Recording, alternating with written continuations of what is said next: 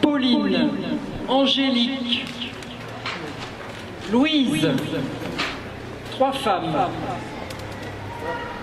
3 destins qui se croisent, se recoupent, se succèdent. 3 vies avec un point commun, un lieu commun, ici même, l'institution des sourdes-muettes. Pauline est une ancienne élève de cet établissement, puis le quitte et a une existence hors du commun. Au mépris de ses vœux d'humilité, Angélique est encensée, médaillée, décorée. Quant à Louise, il nous en reste le surnom de Jeanne d'Arc des sourds. Alors, partons à leur rencontre et à travers elle, allons à la découverte de tous ceux et celles qui ont à voir avec l'Institution nationale des sourdes-muettes de Bordeaux. La première s'appelle Marie-Pauline Larouille. Mais on l'appelle Pauline, plus couramment. Elle est née à Pau en 1834 dans une famille bourgeoise. Son père était professeur. Pauline est sourde et ses parents l'inscrivent à l'Institution royale des sourds-muets de Bordeaux. Cet établissement n'est pas encore celui-ci, même s'il se situe à proximité, dans la rue des Religieuses, l'actuelle rue Thiac, et les bâtiments de cet ancien couvent se répartissent entre la maison des garçons et la maison des sourdes-muettes.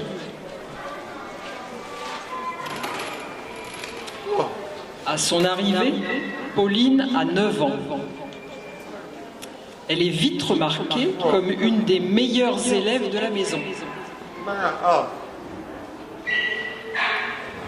Quelques années plus tard, lors de la distribution des prix d'août 1846, Pauline rivalise pour un accessit du prix de sagesse, pour le premier prix de langue française et d'histoire sainte, pour le premier prix de dessin de petite tête. Pas de citation pour le cours de langue des signes. Par ailleurs, elle obtient le premier prix d'instruction religieuse, un accessit pour les travaux de tapisserie, bref, elle cumule 6 récompenses et ses professeurs, toutes des religieuses de Nevers, n'ont que des compliments à son sujet. Le directeur, Jean-Jacques Valade-Gabel, est un ancien professeur de l'école des sourds de Paris. Arrivé à Bordeaux en 1838, il apporte avec lui de nouvelles idées. Premièrement, abandon des signes méthodiques de l'abbé de l'Épée et utilisation de la langue des signes.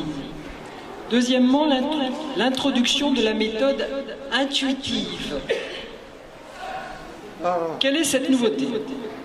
Avec la méthode intuitive, on ne commence plus l'apprentissage du français écrit par l'étude de la grammaire, mais par des ordres de plus en plus complexes, par des scénettes, par des dialogues d'enfant à enfant et une appropriation en action de la langue française.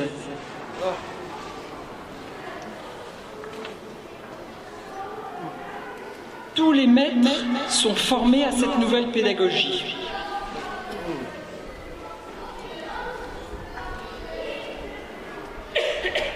Pour les classes de filles, Valade-Gabel propose de faire appel aux religieuses de Nevers, chargées jusque-là de l'économie de l'institution.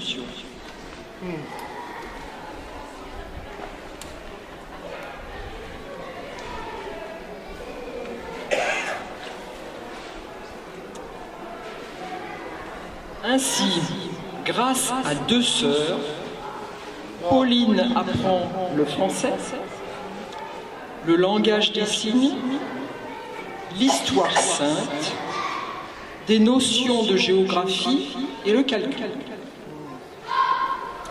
Elle pratique aussi des activités manuelles, le dessin, le tricot, la couture, la taille des robes, la broderie et la tapisserie.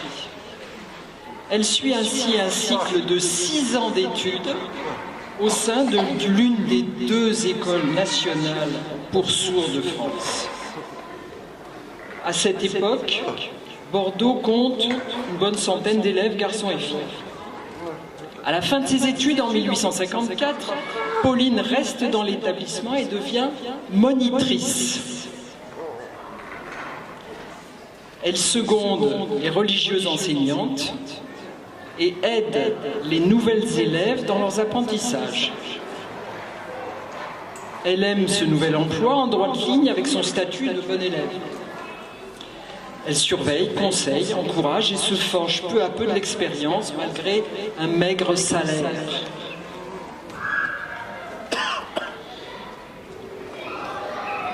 Pourtant, la situation de Pauline reste précaire.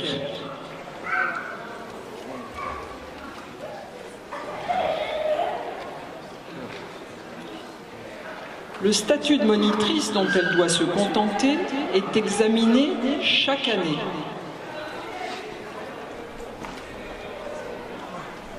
Elle reste une ancienne élève, brillante, dont on veut bien utiliser les compétences.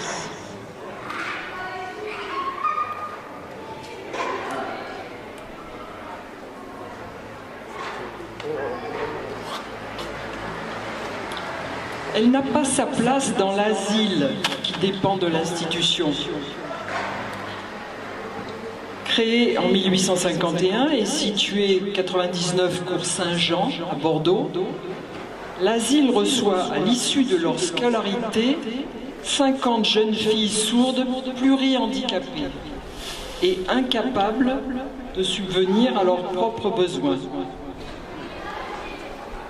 Ce n'est pas le cas de Pauline.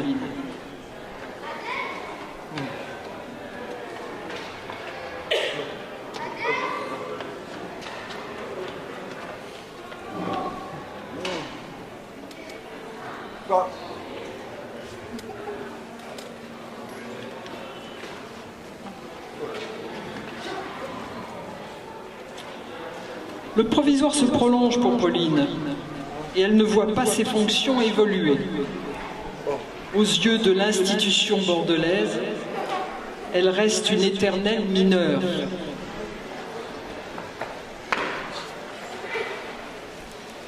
Comme elle, d'autres anciennes élèves occupent ces postes de monitrice, indispensables pour servir de modèle aux jeunes élèves et d'intermédiaire entre celles-ci et les religieuses enseignantes.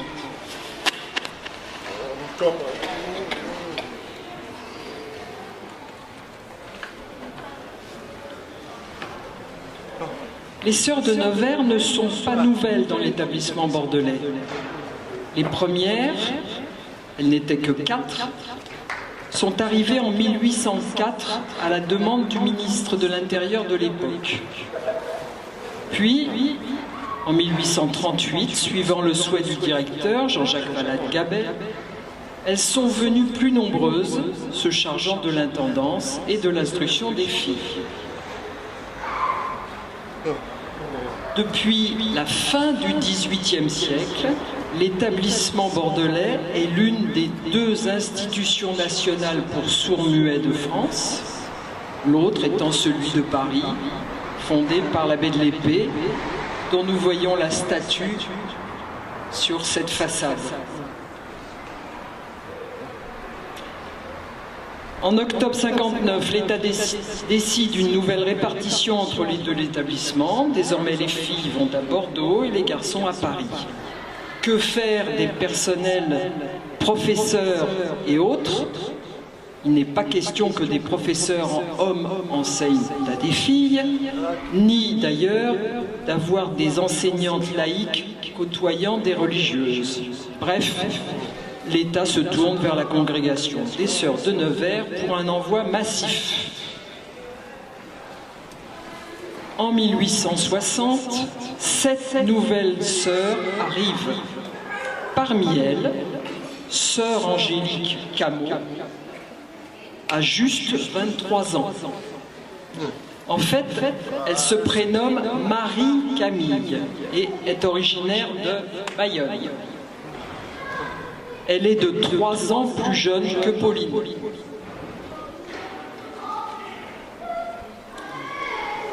À tout juste 20 ans, elle a pris le voile des religieuses de Nevers et est devenue sœur Angélique. Après un court séjour à Nevers où elle enseigne à des jeunes filles, elle est envoyée à Bordeaux, établissement qui est devenu l'Institution nationale des sourdes-muettes depuis moins d'un an. Là, elle occupe alors le poste d'aspirante. C'est ainsi qu'on désignait les candidates au professorat.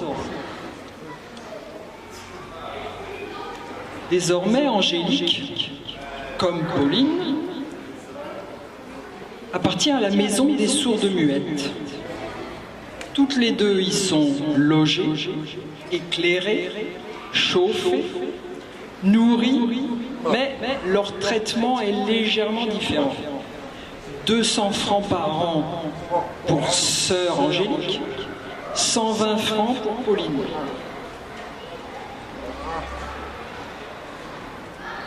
À titre indicatif, les hommes professeurs laïcs perçoivent un peu plus de 2000 francs.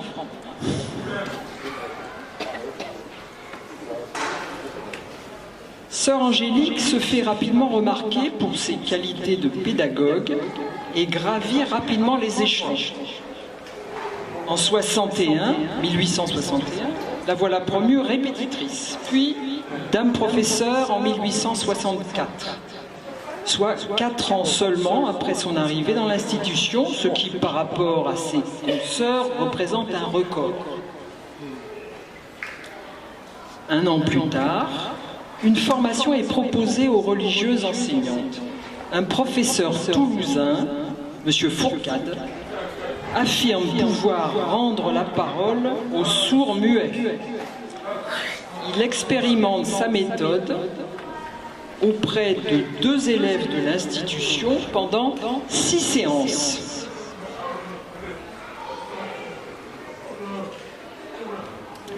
Peu convaincues au départ, les sœurs se disent finalement satisfaites d'un procédé qui simplifie et facilite l'enseignement de l'articulation. Néanmoins, elle le réserve seulement pour les élèves qui montrent le plus d'aptitude pour ce complément d'instruction.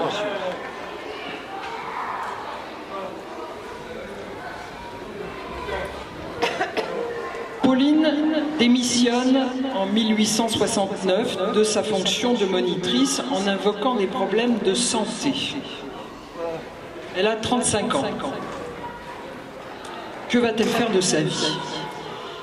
Nous n'avons que peu d'indications sur les 10 ans qui vont suivre. Pauline se soigne et perçoit une petite rente de l'école de Bordeaux qui lui permet de vivre. Angélique, elle, continue son travail au sein de l'école bordelaise. En 1871, elle est choisie pour devenir la nouvelle supérieure institutrice, la mère supérieure. Bien que dépourvue de diplôme universitaire, elle est considérée comme une personne d'une haute intelligence, remplissant une fonction difficile avec le plus grand talent. Elle se fait aussi remarquer du ministère et des hauts fonctionnaires qui contrôlent l'établissement depuis Paris. Elle obtient même une médaille d'or lors de l'exposition universelle de Paris et en 1879, l'inspecteur général des établissements de bienfaisance, Oscar Claveau, l'emmène pour une tournée de 10 jours en Allemagne, en Belgique, aux Pays-Bas et en Suisse.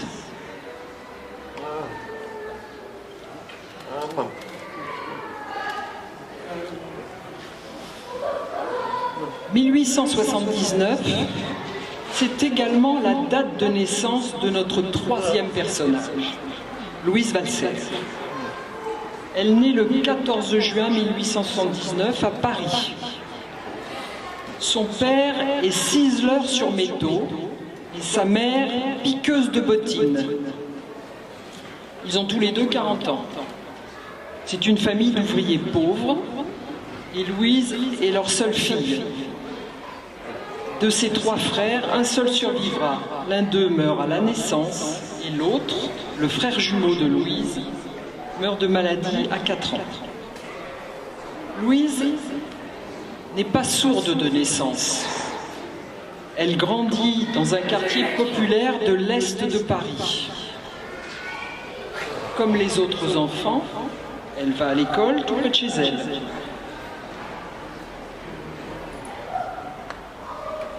D'après sa maîtresse, elle est intelligente et travailleuse.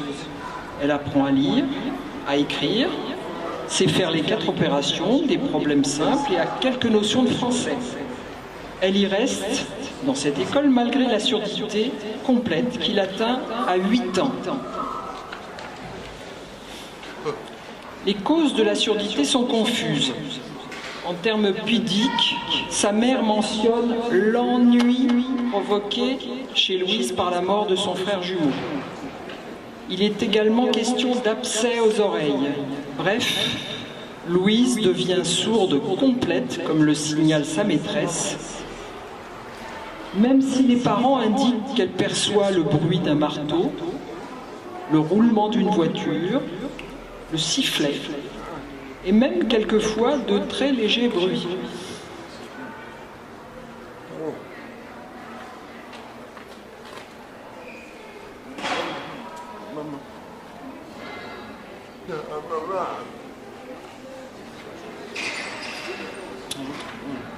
Et revenons quelques instants en 1879-1880. Ces dates sont importantes dans l'histoire des sourds français et dans celle de cette institution. Pourquoi ? En 1879, le ministère de l'Intérieur prépare une grande réforme dans l'enseignement des jeunes sourds.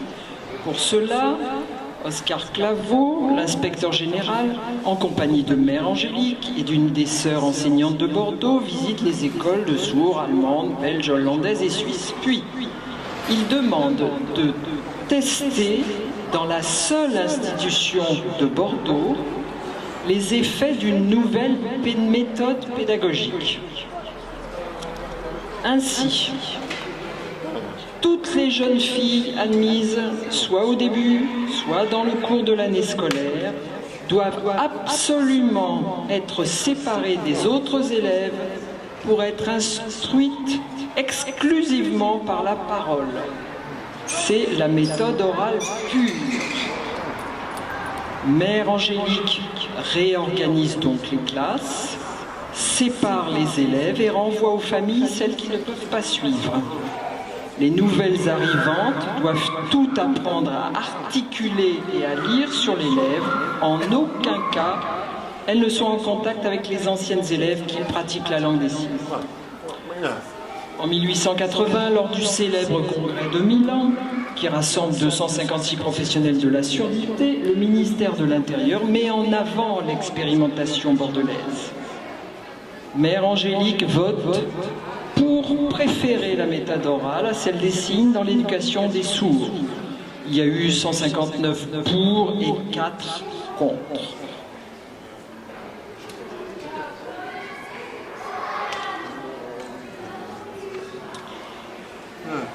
Jusqu'à la fin de sa vie, Mère Angélique s'emploiera à encourager ses élèves à parler. Comme dit Oscar Claveau, le but est de faire de la parole lue sur les lèvres et articulée par le sourd muet l'instrument de communication de la pensée, supprimant absolument l'intervention des sons. 1880 également, nous retrouvons Pauline Larouille du côté d'Oloron-Sainte-Marie.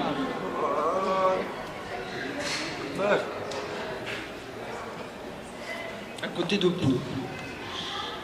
Pauline a 46 ans et elle crée une école pour enfants sourds.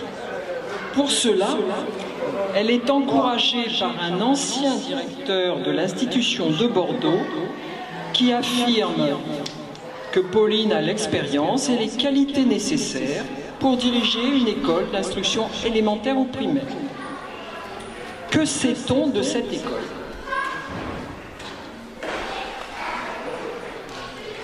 Pauline Larouille commence modestement. Un élève, puis un autre, garçon, fille, bref, tous ceux qui se présentent. Ses propres revenus sont maigres et ses élèves sont pauvres pour la plupart. Il s'agit non seulement de les éduquer à la manière des sœurs de Nevers, mais aussi de les nourrir. Tout à son dévouement, Pauline fait du porte-à-porte. Pendant 3 ans, elle tend la main de village en village, de maison en maison. C'était l'image de la misère frappant à la porte de la pauvreté, nous explique l'enquêteur du journal de l'Académie française.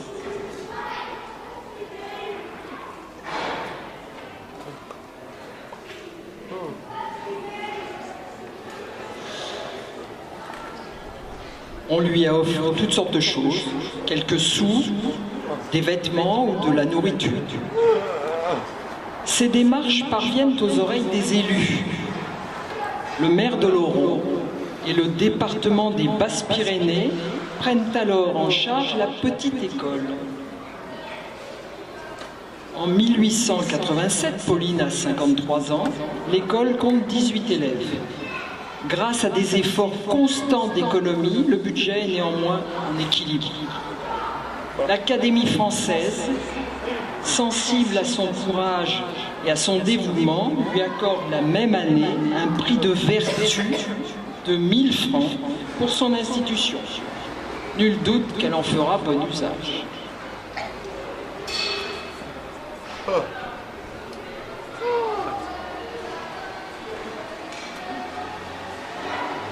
Nous sommes après le congrès de Milan en 1880, celui qui imposa la méthode orale pure. Pauline n'est pas une rebelle. Elle ne partage pas l'opinion de Victor Chambellan, un ancien professeur sourd de Bordeaux. En 1884, celui-ci publie une brochure intitulée « De l'importance incontestable du langage mimique dans l'enseignement des sourds-muets de naissance », dans laquelle il combat les décisions du Congrès de Milan et affirme la nécessité de la langue des signes pour éduquer les enfants sourds.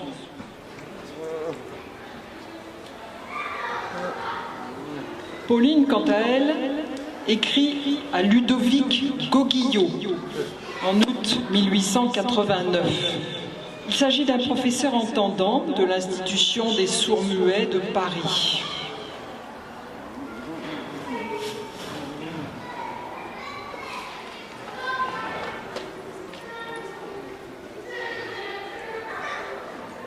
À cette date, les professeurs sourds de l'institution parisienne ont été mis à la retraite d'office. Avec la méthode orale pure, ils ne peuvent plus enseigner. Ludovic Gauguillot vient de publier un ouvrage important. Son titre, « Comment on fait parler les sourds-muets ». Pauline Larouille fait partie des sourds parlants, catégorie utilisée en cette fin du XIXe siècle pour les différencier du groupe des sourds-muets. Elle se réjouit d'utiliser une nouvelle méthode avec ses élèves. Elle tient à ce que le professeur qu'elle emploie ait quelques outils pour apprendre à ses élèves à articuler. Ainsi, lors des distributions de prix, elle peut présenter quelques élèves sourds parlants.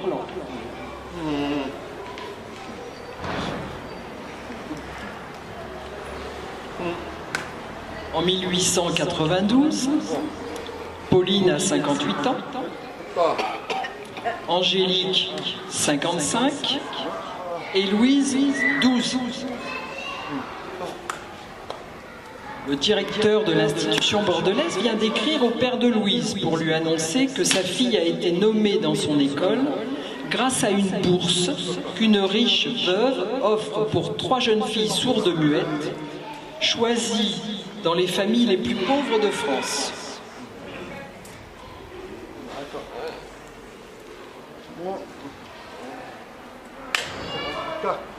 Louise doit aller à la gare d'Orléans le 6 février avant 9 h du matin. La gare d'Orléans, c'est la gare d'Austerlitz aujourd'hui. Une sœur de Nevers attend. C'est mère Angélique Cameau, supérieure de l'institution des sourdes-muettes de Bordeaux.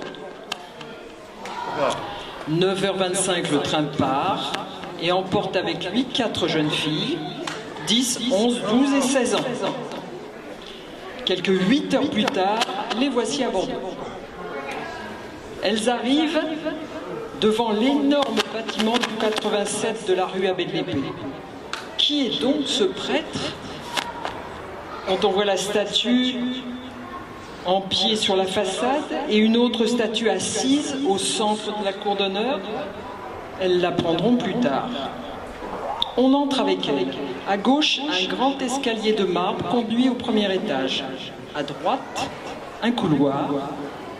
Et en face, une chapelle où elles n'entrent pas encore. On les conduit au réfectoire, en passant le long d'une des 4 cours intérieures. Plus tard, elles montent au second et découvrent un des 10 dortoirs, 25 lits de chaque côté. Au centre, un poêle à charbon. Au pied de chaque lit, un tabouret, rien ne traîne, de grands rideaux blancs occultent les fenêtres. Il est temps d'aller au lit. Le lendemain, une religieuse réveille tous les élèves, il est presque 6 h du matin. C'est dimanche et on fait le ménage des dortoirs. À 7 h, on descend déjeuner, faire la toilette. Comme Pauline autrefois, tous les élèves ont un numéro. Louise Valser a le numéro 937. C'est sur le gobelet, l'assiette et les couverts en argent qu'on lui donne.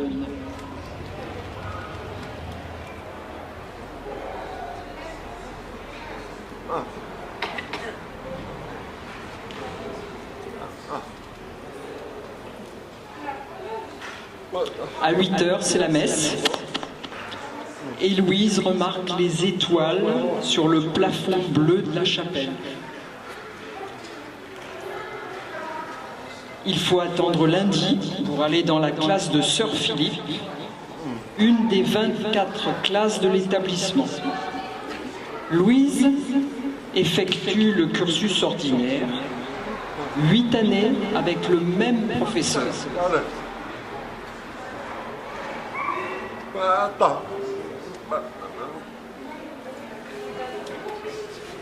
Louise sait déjà lire et écrire. Qu'apprendra-t-elle donc dans cette nouvelle école? Depuis 1879, la parole, la lecture sur les lèvres et l'écriture sont devenus les pivots de l'enseignement. Le programme de la première année d'études est presque entièrement consacré à ces apprentissages. Dans le même temps, la langue des signes est bannie de la classe et le restera environ 100 ans.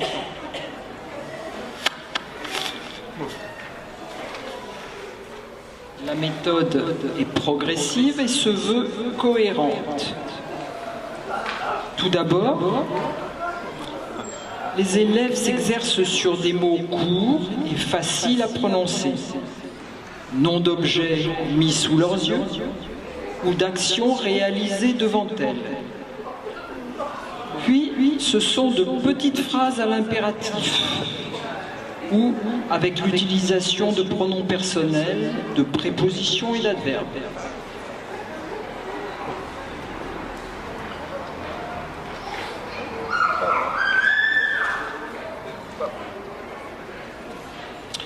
Louise a confiance. Elle est sourde, certes, mais pas muette. Ayant perdu l'audition à 8 ans, elle a continué à parler français. Elle ne sait pas encore, qu'elle va apprendre clandestinement, grâce à ses camarades, une nouvelle langue, la langue des signes. Parle-t-on à Louise de Pauline Larouille? Probablement pas. Pourtant, Pauline sert d'exemple dans un livre d'instruction civique intitulé « Le livre du bon français ».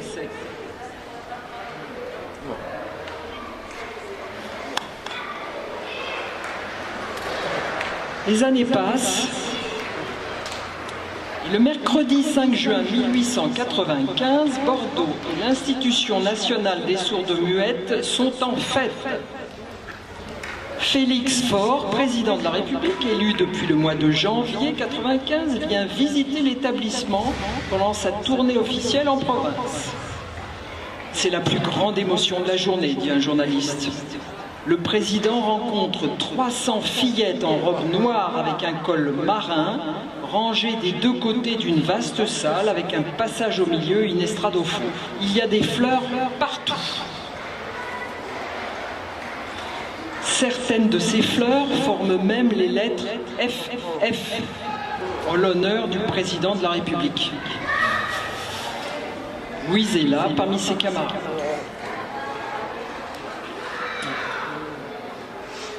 Trois jeunes filles s'avancent. Toutes trois élèves de la 8e et dernière année d'études.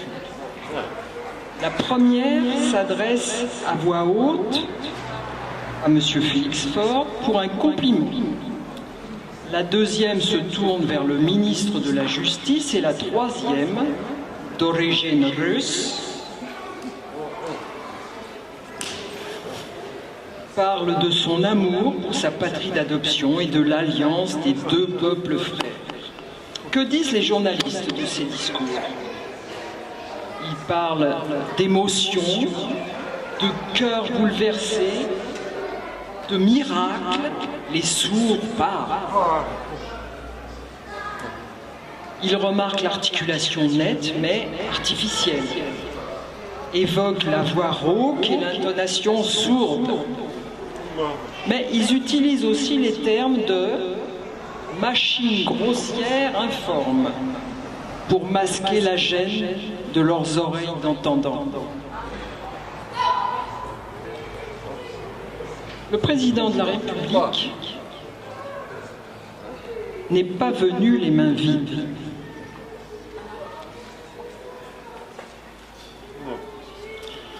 Il accorde au directeur la somme de 200 francs et remet 2 médailles d'honneur de l'assistance publique. La première est en argent. Elle décore une des sœurs pour 34 années de service. La seconde est en bronze et va à une domestique sourde dans l'institution depuis 37 ans.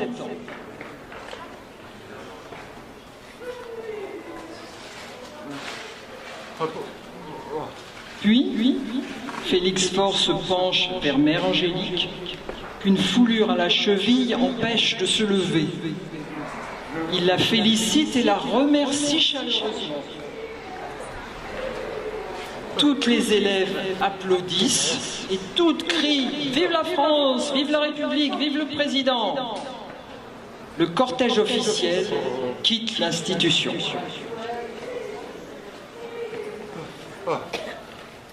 Quelques mois plus tard, une décision de la commission consultative de l'école, le conseil d'administration, va modifier le quotidien de Louise. Plus de distinction entre les pensionnaires de famille et les boursières pour le régime alimentaire. Toutes les élèves auront de la viande à tous les repas, sauf les jours mêmes, ainsi que du dessert. Et toutes auront au premier repas du matin une bonne soupe.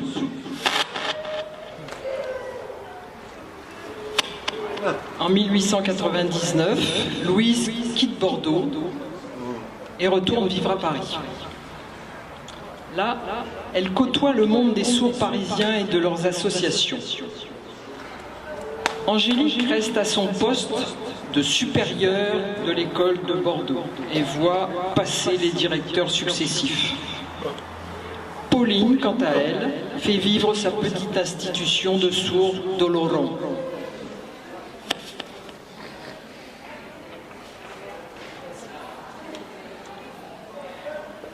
C'est à Paris que Louise se fait remarquer. D'abord par la publication de poèmes dès le numéro 1 de la Revue des Sourds-Muets, journal exclusivement rédigé par des sourds-muets, comme il est précisé sur sa première page.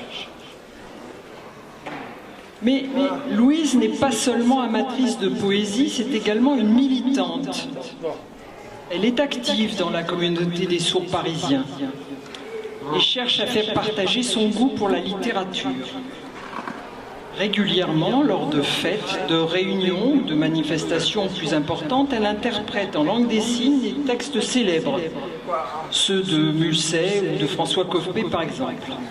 Chaque fois, l'élégance et la clarté de son style provoquent les compliments et les applaudissements.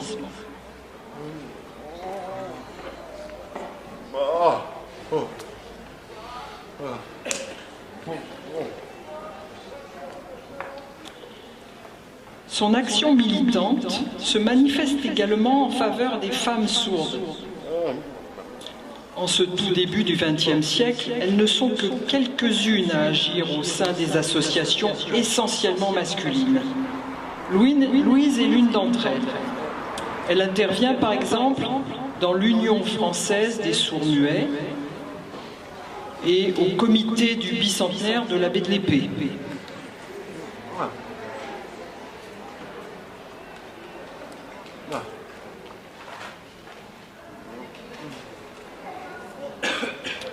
Elle argumente pour la formation d'un comité spécial de femmes sourdes pour préparer de manière autonome ce bicentenaire. L'abbé a découvert les sourds après une rencontre avec deux sœurs jumelles. C'est donc comme descendante de ses premières élèves que les femmes sourdes doivent se mobiliser pour honorer celui qui a permis leur émancipation.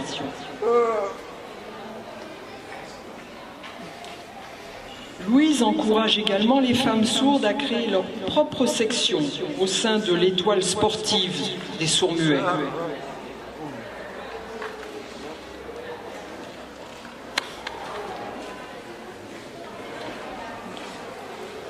Au sein de ces associations, Louise tente d'apaiser, de dépasser les querelles qui ne manquent pas de ce début de siècle et qui rejoignent celles de la société française. Malgré la loi de séparation de l'Église, des Églises et de l'État, de nombreuses institutions de sourds sont encore dirigées par des congrégations et dépendent toujours du ministère de l'Intérieur. Le passage à celui de l'instruction publique est régulièrement à l'ordre du jour.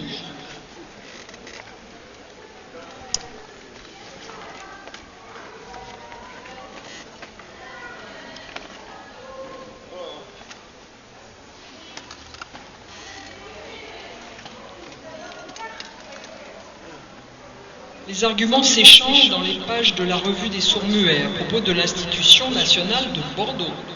Pourquoi n'est-elle pas encore laïcisée, dit l'un? On l'a bien fait pour l'école des Sourds-Muets de Chambéry. L'autre répond que les religieuses du Bordeaux remplissent avec zèle le service de l'État. La mère Angélique n'a-t-elle pas été décorée de la Légion d'honneur? L'un parle de Moyen-Âge, l'autre de liberté de penser et d'éduquer.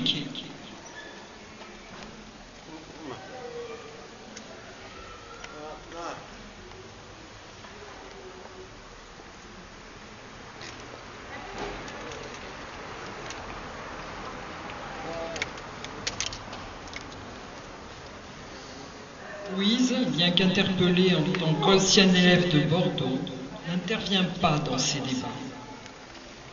Peut-être a-t-elle, comme Jean Massieu autrefois, la mémoire du cœur envers Sœur Philippe son ancien professeur.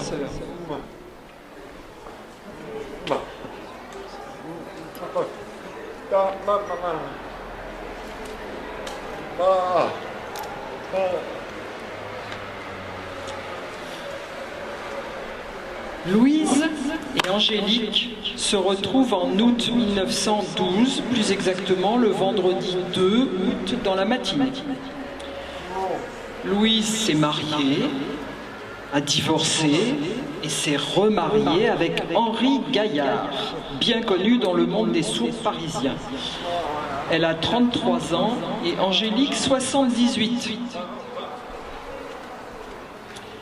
Elle se retrouve à Paris dans le grand amphithéâtre de la Sorbonne. C'est le deuxième et dernier jour du 3e congrès international de sourds-muets.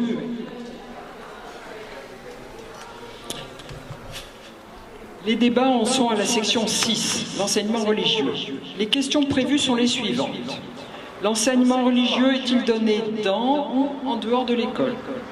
Comment est-il donné? Par la mimique ou par l'oral? Nous sommes en 1912, donc quelques années après la loi sur les associations et celle sur la séparation des églises et de l'État. Pourtant, les débats sont loin d'être clos, notamment dans l'éducation spécialisée, où la majorité des écoles est tenue encore par des congrégations religieuses. Les termes de mimique et d'oral font référence aux méthodes pédagogiques utilisées dans l'enseignement des sourds. Pour faire court, la mimique, c'est l'utilisation de la langue des signes dans la classe, alors que l'oral, c'est son interdiction.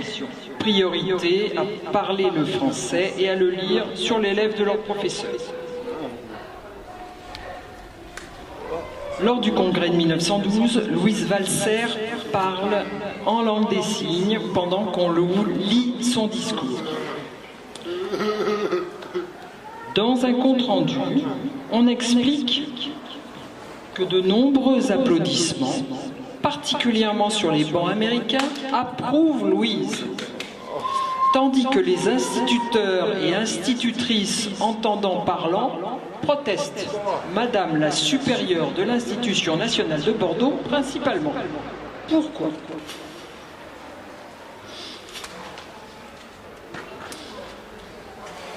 Louise veut démontrer que la méthode orale pure ne peut pas être appliquée systématiquement. Pour elle, seuls les enfants devenus sourds après l'acquisition d'une langue peuvent bénéficier. Elle présente 2 témoignages personnels.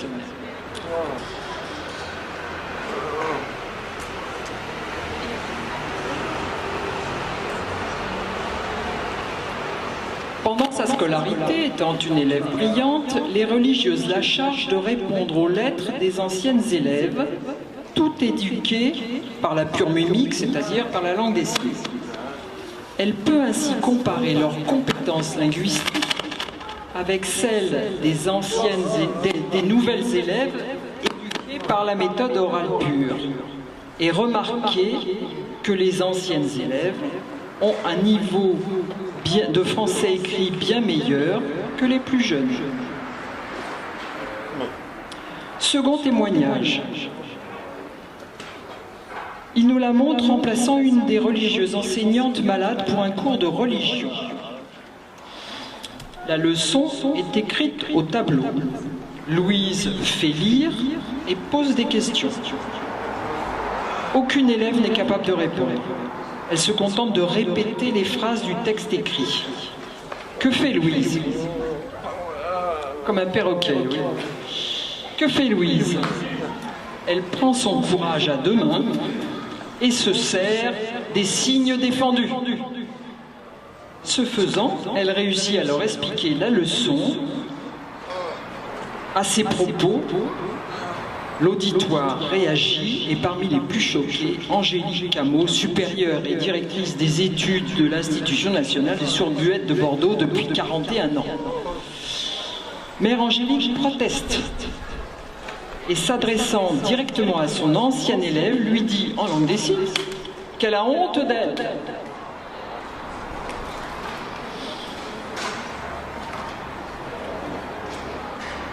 Un délégué américain sourd et professeur de l'Institution des sourds-muets de l'Ohio réconforte Louise au bord des larmes.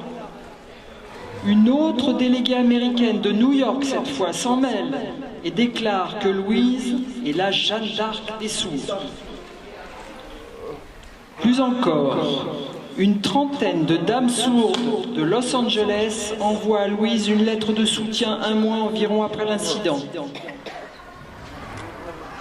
De nouveau, en novembre 1913, c'est au tour du secrétaire de l'Association nationale des sourds américains de se manifester auprès de Louise. En effet, les sourds américains réunis en congrès d'humanité lui ont voté une résolution de soutien.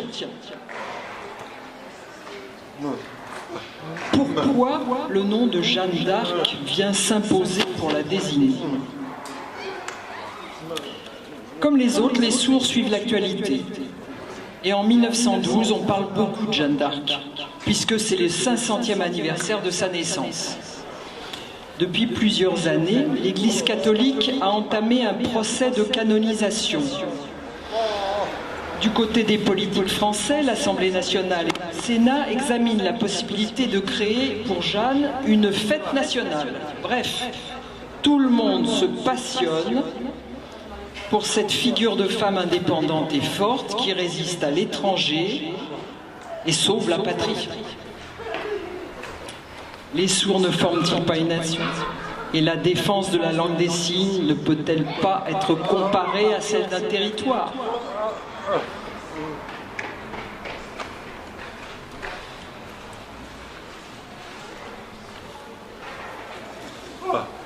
Louise et Angélique ne se reverront plus.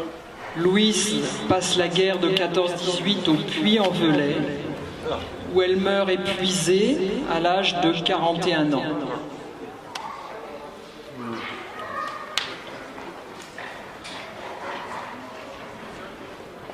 Angélique poursuit jusqu'au bout son mandat de directrice des études de l'institution bordelaise, décorée des palmes académiques, officier de l'instruction publique, médaillé d'or par le ministère de l'Intérieur, chevalier de la Légion d'honneur, médaillé d'honneur de l'assistant public et enfin officier de la Légion d'honneur.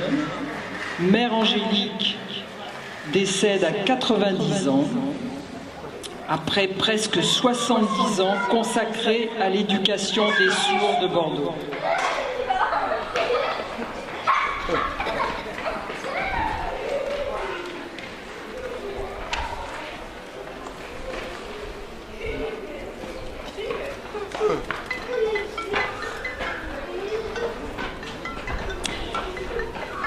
Du côté d'Oloron-Sainte-Marie, Pauline Larouille prend sa retraite et ne dirige plus l'école qu'elle a créée. D'abord décorée des palmes académiques, elle devient officier de l'instruction publique en 1913. Ainsi, non seulement elle fait partie de ce cercle très restreint des sourds décorés de la Belle Époque, mais elle en est la seule femme. Pauline, Angélique et Louise et les autres ont aujourd'hui disparu. L'institution où elles ont vécu appartient désormais à Gironde Habitat. Des projets de logement, d'habitat jeune, d'écoles sont en cours. Inscrits au monument historique depuis peu, les façades, les grilles et la structure des bâtiments sont sauvegardés. Peut-être un des visages de jeunes filles sculptés sur la façade, là-haut, ressemble à celui de Pauline, de Louise ou de l'une de leurs camarades. Malgré leur parcours particulier et remarquable, Pauline, Angélique, Louise font partie de tous les anonymes qui ont connu ces murs. Depuis 1958, l'institution nationale a déménagé avec ses élèves de Bordeaux vers Gradignan, où l'activité continue. Mais tous leurs prédécesseurs ont connu ici un lieu de vie.